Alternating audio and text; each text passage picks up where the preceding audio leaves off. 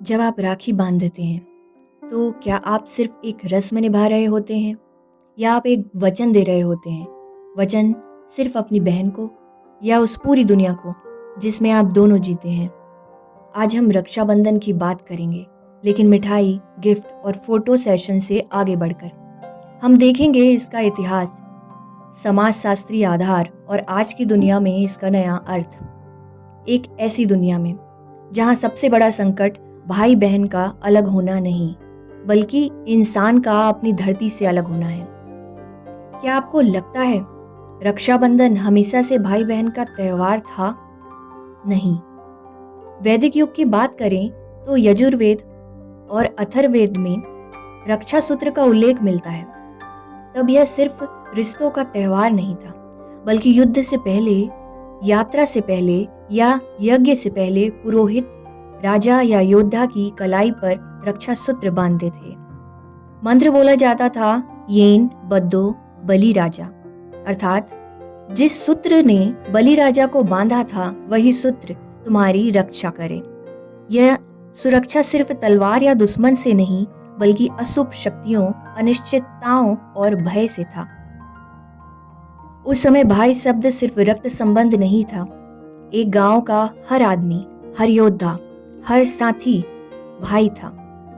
क्या आज हम ऐसा महसूस करते हैं या भाई का मतलब सिर्फ फैमिली ग्रुप में मैसेज भेजना रह गया है? मध्यकाल में एक प्रसिद्ध कथा है रानी कर्णावती की, जो चित्तौड़ की रानी थी। उन्होंने मुगल बादशाह हुमायूं को राखी भेजी और अपने राज्य की रक्षा का निवेदन किया। सोचिए, यहाँ रक्षा सिर्फ निजी नहीं थी, यह यहाँ सामाजिक और राजनीतिक थी। समाज शास्त्र में इसे कहते हैं रिचुअलाइज्ड सोशल कॉन्ट्रैक्ट, एक प्रतीकात्मक क्रिया जो भरोसे और संरक्षण का अनुबंध बनाती है। पुराण और लोक कथाएं, फिर महाभारत की कथा, द्रौपदी और कृष्ण। द्रौपदी ने अपने आंचल से कपड़ा फाड़कर कृष्ण के घाव पर बांधा। वो राखी नहीं थी, लेकिन भाव वही था, निस्वार्थ सुरक्षा का वचन। और बाद में वह द्रौपदी का चीरहरण हुआ। कृष्ण ने उसी भाव का उत्तर दिया। संदेश साफ है, रक्षा का अर्थ सिर्फ वक्त पर खड़ा होना, कोई लंबा वादा नहीं, बल्कि तुरंत निभाया गया वादा।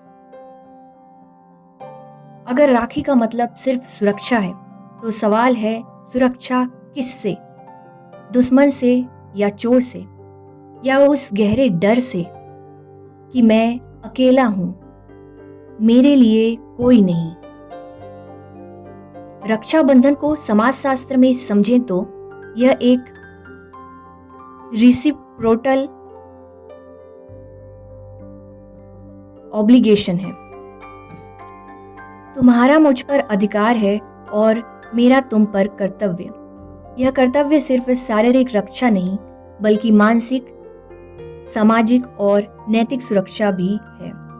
और ध्यान दीजिए, असली बंधुत्व तब है जब हम दूसरे के अस्तित्व को उतना ही महत्व दें जितना अपने का।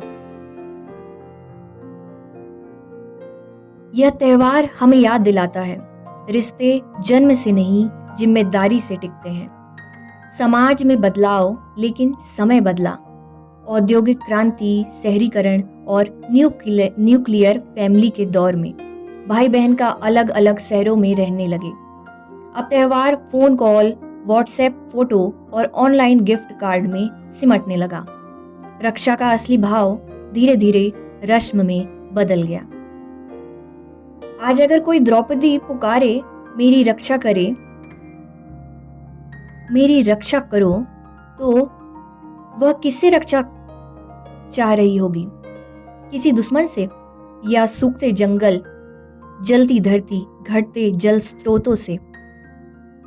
आज सबसे बड़ा खतरा बाहरी आक्रमण नहीं है, बल्कि हमारा अपना विकास मॉडल है। जलवायु परिवर्तन, बढ़ता तापमान, पिघलते ग्लेशियर, बिना बारिश के खेत और सांस लेने लायक हवा का खत्म होना। हमने धरती को बहन कहकर कविता में तो रखा, लेकिन व्यवहार में उसे लूटा। अगर रक्षाबंधन का धागा सच में सुरक्षा का प्रतीक है, तो अब यह सिर्फ कलाई पर नहीं, धरती पर भी बांधना होगा। भाई जैसे बहन कहता है, तुम्हारी रक्षा मेरी जिम्मेदारी है, वैसे ही हमें पेड़ों से, नदियों से, हवाओं से, पक्षियों से कहना होगा, तुम्हारी रक्षा मेरी जिम्मेदारी है। पुराने समाज में हर व्यक्ति दूसरों का रक्षक था। नए समाज में हमें पूरी पृथ्वी का रक्षक बनना होगा। रक्षाबंधन को एक सामूहिक पर्यावरणीय संकल्प दिवस बनाया जा सकता है।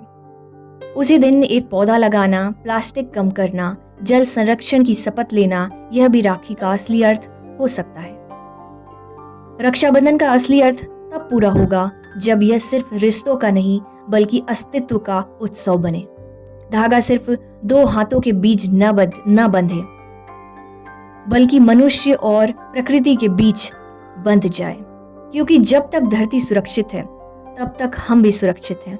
तो इस बार राखी बांधते समय सिर्फ मिठाई ना खिलाएं, एक वादा भी निभाएं, जो कि हमें जीवन देता है, और हम उसकी रक्षा करेंगे। धन्यवाद।